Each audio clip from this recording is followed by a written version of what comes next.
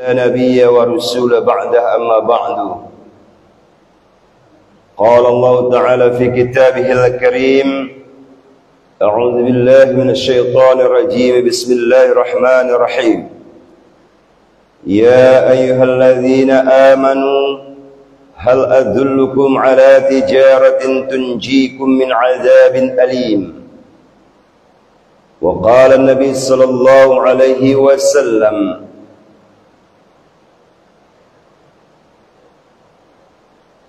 الدين النصيحة. صدق الله وصدق رسوله النبي الكريم ونحن على ذلك من الشاهدين والشاكرين والحمد لله رب العالمين. Puji syukur kita panjatkan kehadirat Allah Subhanahu wa taala. Salawat dan salam keharibaan pangkuan Nabi besar Muhammad sallallahu alaihi wasallam. Yang kami hormati tentunya Pak Imam, Khatib dan Bilal. Yang kami hormati orang-orang tua kami, bapak-bapak, ibu-ibu yang dimuliakan oleh Allah Subhanahu wa taala. Di dalam Al-Qur'an Allah Subhanahu wa taala berfirman: A'udzu billahi minasy syaithanir rajim. Bismillahirrahmanirrahim. Ya ayyuhalladzina amanu kutiba 'alaikumus syiyamu kama kutiba 'alal ladzina min qablikum la'allakum tattaqun.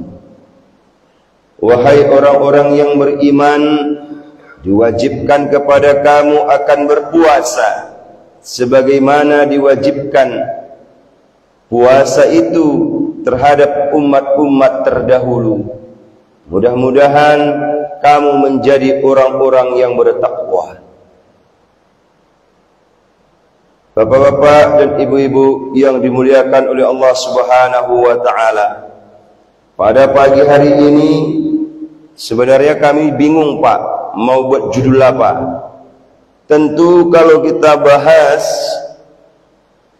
tentang puasa secara garis besarnya ini sudah banyak dari awal sampai hari ini. Karena nggak dikasih judul, maka pada pagi hari ini judulnya adalah gado-gado. Ya Bu ya, judul kita hari ini gado-gado. Jangan diingat nanti buat gado-gado. Sepulang dari sini boleh nanti untuk berbuka menu buka puasanya buatlah gado-gado. Tapi pulang dari sini tidak boleh makan gado-gado. Bapak Ibu yang dimuliakan oleh Allah Subhanahu wa taala, kami hanya ingin membahas tentang bagaimana proses puasa ini bermula dari penciptaan alam semesta. Bahwa tentunya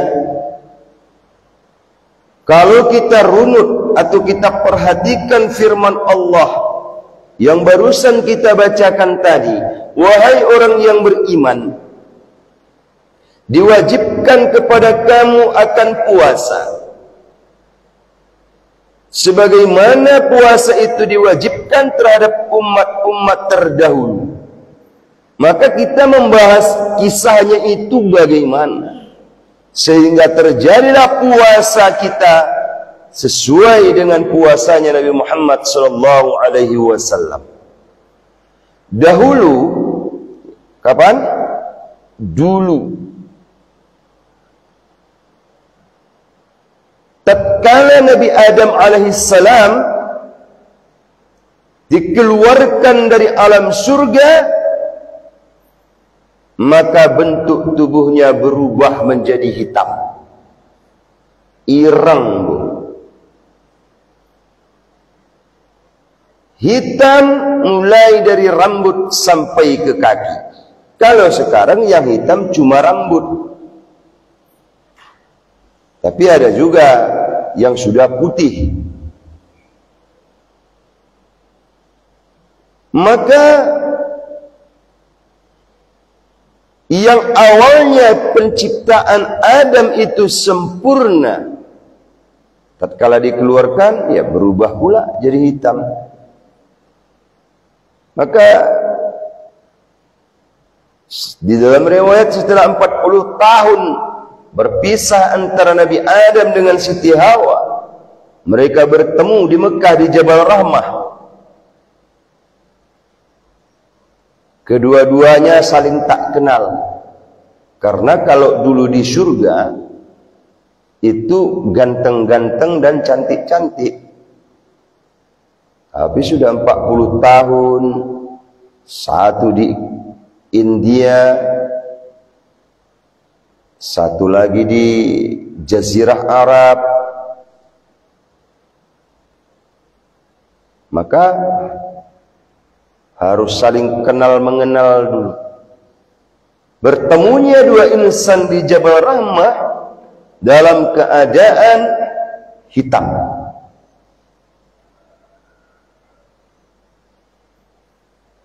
Maka Jibril menyampaikan kepada Nabi Adam, Dam, kue gelem ora putih katanya. Mau ndak kau putih balik? Macam mana caranya? Puasa, kata Jibril. Bagaimana puasanya Nabi Adam? Hari ke-12 setiap bulan, atau hari ke-13, 14, 15. 3 hari Nabi Adam berpuasa setiap bulan. Maka ketika Nabi Adam berpuasa pertama, 1/3 tubuhnya berubah kembali seperti sedia kala. Di hari kedua Nabi Adam puasa, maka putih atau sedia kala lah 2/3 tubuhnya. Puasa Nabi Adam ketiga kalinya, maka kembali seperti sedia kala. Memang tidak lagi seperti di surga. Kalau kita lihat jari-jari kita, Bu, kuku kita yang dempet ke daging, yang paling bawah, itulah gambarannya nanti, bentuknya, gambarannya, begitu bentuknya. Karena yang mengatakan satu-satunya bentuk, ataupun kalau kita pengen sisa daripada peninggalan Nabi Adam, ketika Adam itu di surga, itulah di kuku paling bawah. Maka puasanya Nabi Adam ini, inilah yang disebut dengan puasa putih. Ayyamul bid. Kalau di kitab fiqh atau fikih, itu disebut dengan puasa putih. Dulu puasanya Nabi Adam begitu. Asal 13, 4, 15 puasa. 13, 14, 15 puasa. Setiap bulan. Bayangin, Bu, umur Nabi Adam itu 1000 tahun. Berarti sejak bertemunya Nabi Adam dengan Siti Hawa, puasa terus menerus. Karena begitu syariat yang dikehendaki oleh Allah Azza wa Jalla. Maka berlanjut puasa Nabi Syith dan Nabi Idris sama dengan puasanya Nabi Adam. Lalu muncul anak keturunannya, yaitu Nabi Nuh. Bagaimana puasanya Nabi Nuh? Nah, khusus Nabi Nuh ini, tatkala terjadi angin taufan atau banjir bandang, setelah berbulan-bulan berada di atas air, di atas lautan yang sangat luas, maka atas izin Allah surutlah banjir bandang tersebut. Turun Nabi Nuh daripada bahteranya beserta seluruh penduduk-penduduk yang Allah izinkan hidup ketika itu. Kemudian kejadian ini kebetulan terjadi di bulan Ramadan. Maka sebagai wujud syukur Nabi Nuh atas selamatnya ia beserta umatnya, maka Nabi Nuh pun melakukan puasa. Ini kita cerita. Demikian juga dengan Nabi Ibrahim. Nabi Ibrahim ketika dibakar oleh Raja Namrud, Nabi Ibrahim itu melakukan puasa. Sehingga tatkala Nabi Ibrahim dilempar ke api, Allah berfirman, "Ya nar kuni bardan wassalaman ala Ibrahim." Wahai api, jadilah engkau dingin dan selamatkan Ibrahim. Maka keluar Nabi Ibrahim dari kobaran api tersebut dalam keadaan berpuasa. Demikian juga ketika Allah perintahkan Nabi Ibrahim untuk menyembelih Nabi Ismail. Masih ingat ya Bu sejarahnya? Makanya kita disuruh kurban. Tatkala Nabi Ibrahim menyembelih, diperintahkan Allah menyembelih anaknya, namun ternyata atas izin Allah Nabi Ismail berubah menjadi domba yang sehat. Artinya digantikan dengan domba yang sehat. Maka sebagai wujud syukurnya Ibrahim melakukan puasa. Itulah yang kita sering lakukan menjelang hari raya Idul Adha, puasa Tasu'a dan Asyura. Apakah sekali itu saja? Tidak. Ini berlaku seterusnya kepada Nabi Ibrahim. Nabi Musa begitu juga. Tatkala Musa selamat dari kejaran Raja Fir'aun dan bala tentaranya, Musa memerintahkan kepada umatnya untuk melakukan puasa. Kapan kejadian itu? Kejadian itu terjadi di 10 Muharram. Maka singkat cerita, berlanjut kepada generasi Nabi Isa bin Maryam. Apakah Nabi Isa bin Maryam juga berpuasa? Iya, puasanya Nabi Isa sama seperti mengikuti syariat-syariat Taurat. Nabi Daud begitu juga. Hari ini puasa, besok tidak. Hari ini puasa, besok tidak. Begitu seterusnya.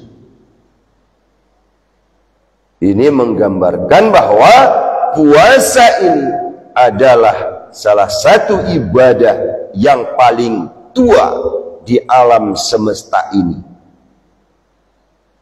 Jadi sayang rasanya Bapak Ibu sekalian, selagi hayat di kandung badan, dulu waktu kita muda barangkali, dengan berbagai alasan, dengan berbagai pekerjaan yang sangat berat, ada yang tinggal-tinggal puasanya. Maka mulai hari ini hendaknya jangan lagi tinggal. Kalaupun ada dulu tinggal-tinggal puasanya, sebelum ketemu puasa yang akan datang, sebaiknya itu diqadha. Contoh, puasa 2024. Karena berbagai pekerjaan yang sangat berat, ini minta maaf, entah kita bawa truk yang mengharuskan kita bepergian jauh, sehingga kita tidak mampu kalau tidak minum, atau kalau bagi yang perokok itu tidak merokok tidak enak, khawatir bisa mencelakakan kendaraan. Boleh. Di mana bolehnya? Karena musafir. Akan tetapi sebelum ketemu puasa tahun 2025 hari ini, sebaiknya antara rentang waktu itu, berapa tahun semalam tinggal? Ada tinggal 10, maka dikodolah 10-nya. Pas kita tidak ada pekerjaan. Kalau enggak kami kodo bagaimana, Pak? Ini perhatikan, Bu. Bapak-bapak juga, suami istri saling mengingatkan. Dulu barangkali suaminya, ya kita katakanlah, tidak kuat puasa, udah tua baru kuat. Waktu muda tidak kuat ya puasa, tapi sudah tua ini ternyata kuat. Hitung-hitunglah, Pak. Hitung-hitung berapa yang sudah Bapak tinggalkan. Kalau belum Bapak kodo, umur Bapak sekarang 50 tahun, yang Allah ampunkan hanya sampai balik. Laki-laki umumnya di usia 15 tahun. Lewat dari itu, hitung berapa yang sudah Bapak tinggalkan. Bagaimana kalau sudah dihitung? Bayar fidyah. Ini Pak beratnya kalau ninggalin puasa. Kalau ninggalin sholat, Allah tak tuntut denda.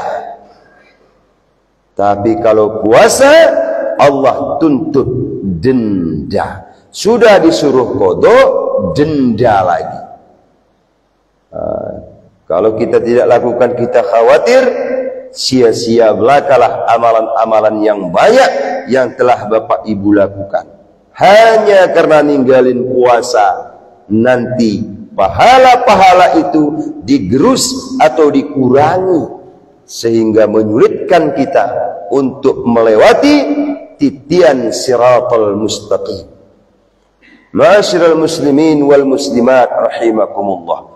Ini sekilas intro sejarahnya. Pada pagi hari ini, ya, kami ingin menekankan atau saya memberikan tausiah sebagaimana ayat yang tadi baru saya bacakan atau kita bacakan tadi. A'udzubillahi minasyaitonir rajim. Ya ayyuhalladzina amanu hal adullukum ala tijaratin tunjikum min azabin alim. Wahai orang yang beriman, kata Allah, mau enggak aku tunjukkan kepada kalian satu bisnis. Hal adullukum ala tijaratin tunjikum min azabin alim. Mau tidak kalian aku tunjukkan sebuah bisnis yang mana bisnis ini mampu menjauhkan kamu sekalian dari azab yang pedih. Jelas, Bu? Tuhan nanya, manusia, mau enggak kutunjukkan sama kalian satu buah usaha yang mana usaha ini mampu menjauhkan kalian dari azab yang pedih. Gimana Bapak-bapak? Mau? Sebuah bisnis yang mampu menjauhkan dari api neraka. Kalau bukan Tuhan pencipta langit dan bumi yang mengatakan itu, apapun bisnis ada risikonya. Betul Pak? Semua ada risiko. Maka lanjutan dari ayat itu, pertama, kalau mau berbisnis yang mampu menjauhkan dari azab api neraka, tu'minuna billahi wa rasulih. Yang pertama kata Allah, percaya atau beriman kepada Allah dan Rasulnya.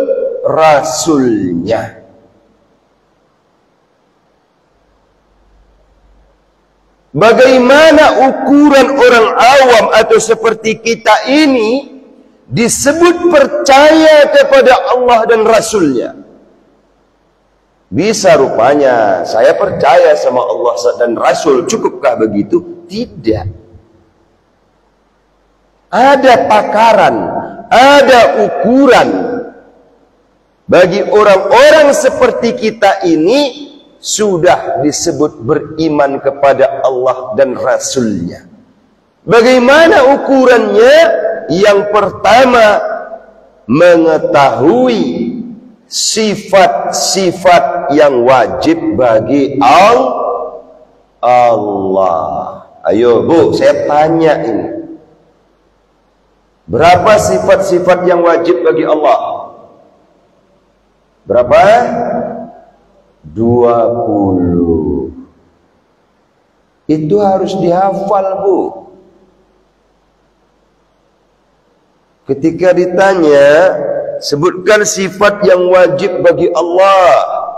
Wujud, qidam, baqa, mukhalafatul hawadith, qiyamu binafsihi, wahdaniyat, qudrat, iradat, ilmu, hayat, sama', basar, kalam, qadirun, muridun, alimun, hayyun, sami'un, basirun, mutakallimun.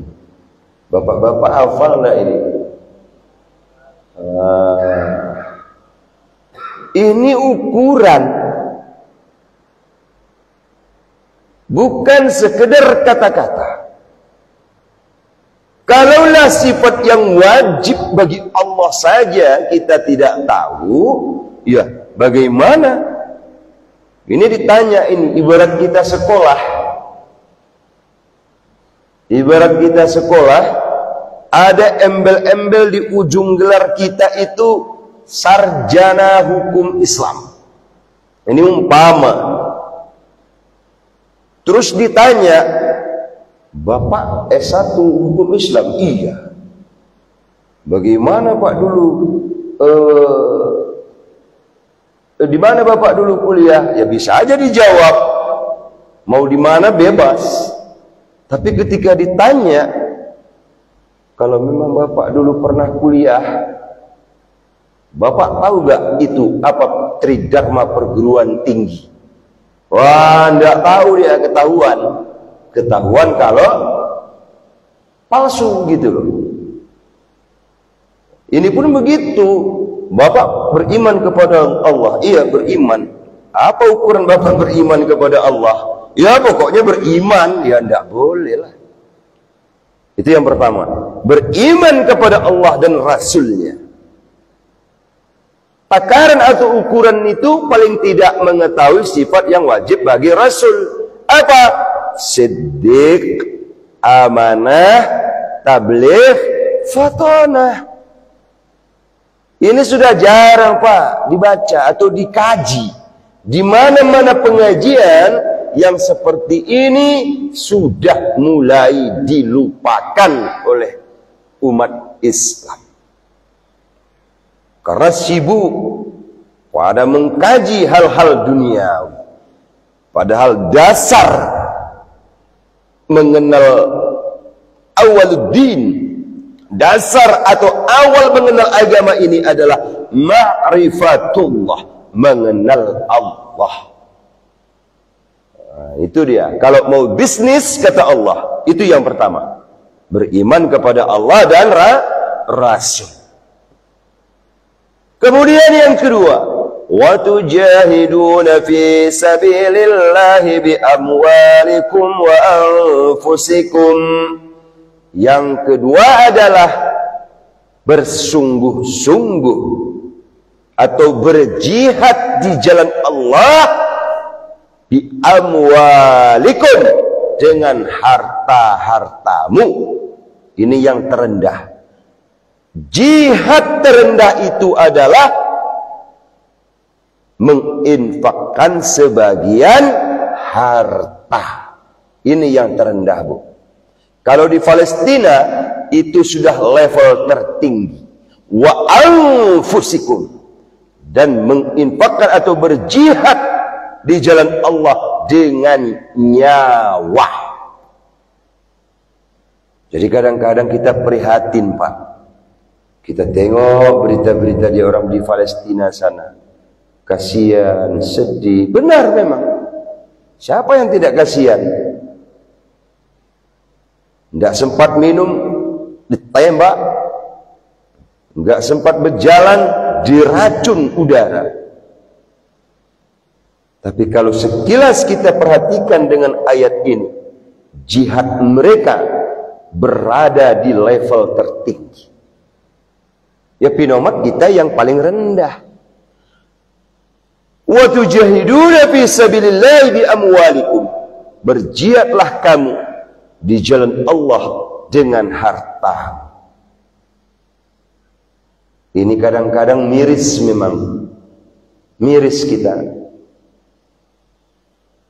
Ketika ada yang meminta-minta kepada kita, kita pilih kasih. Dia saja pun, ini saya ingatkan, barangkali kita lupa, Pak, bahwa di Al-Quran di surat Ad-Duha, ya, Allah berfirman, wa ammas sa'ila fala tanhar. Kalau ada yang meminta-minta sama kamu, fala tanhar, jangan bentak. Itu sudah perintah Tuhan. Enggak usah bentak, enggak usah marah, apalagi sampai mencaci maki. Kalau tak kasih, diam saja, senyum saja. Belum ya Pak, belum ya Bu.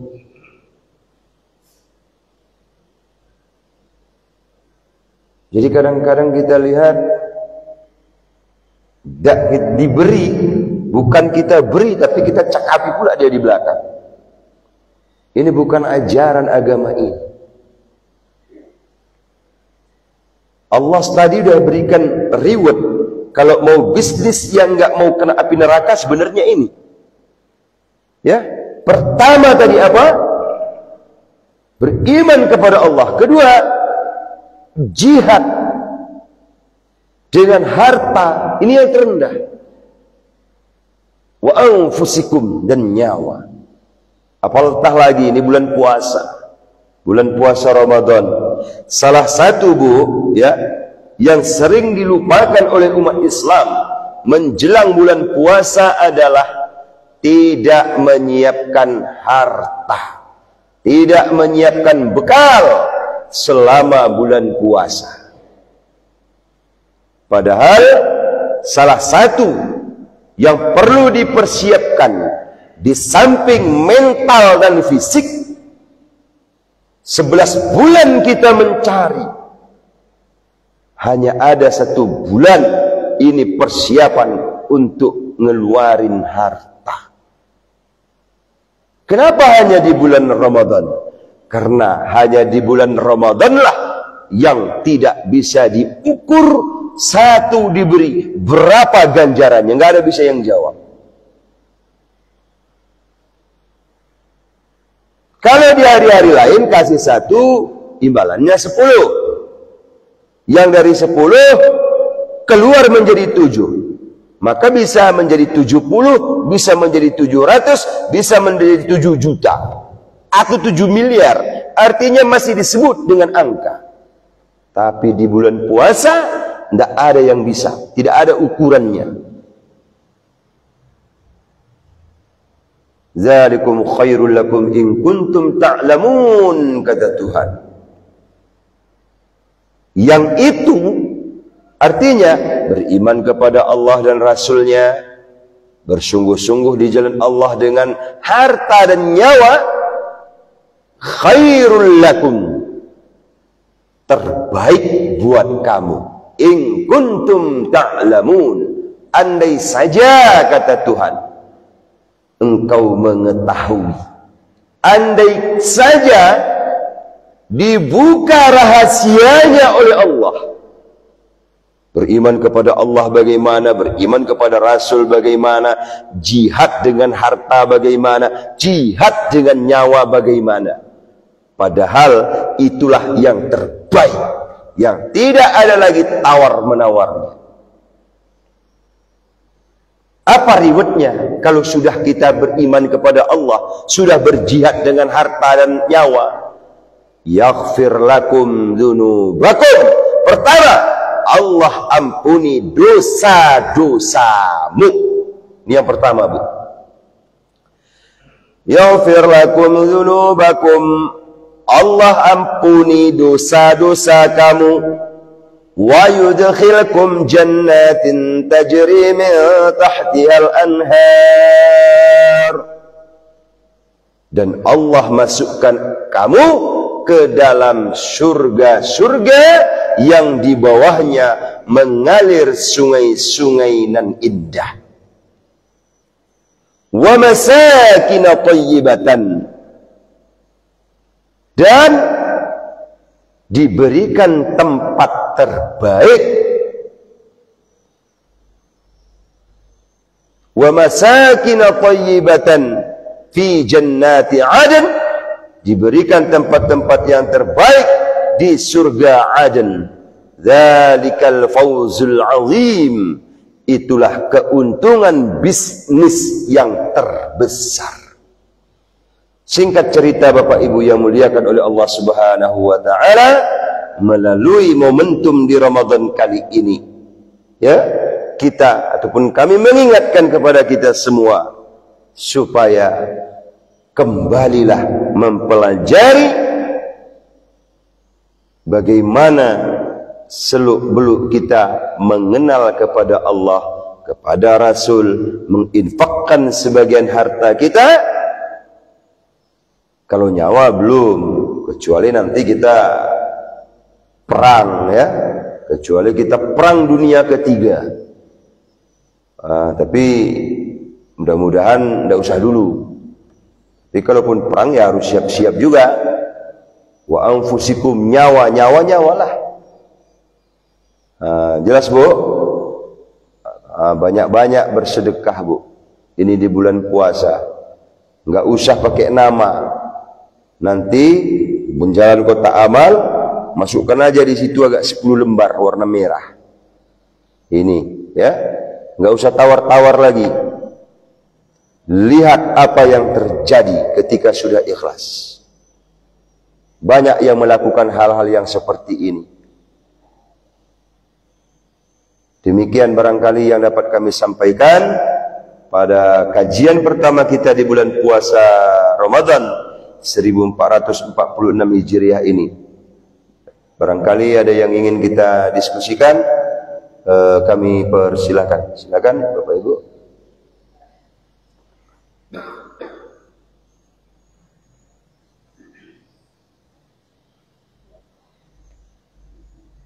Tidak ada? Tidak ada, ya? Baik. A'udzu billahi minasyaitonir rajim. Bismillahirrahmanir rahim.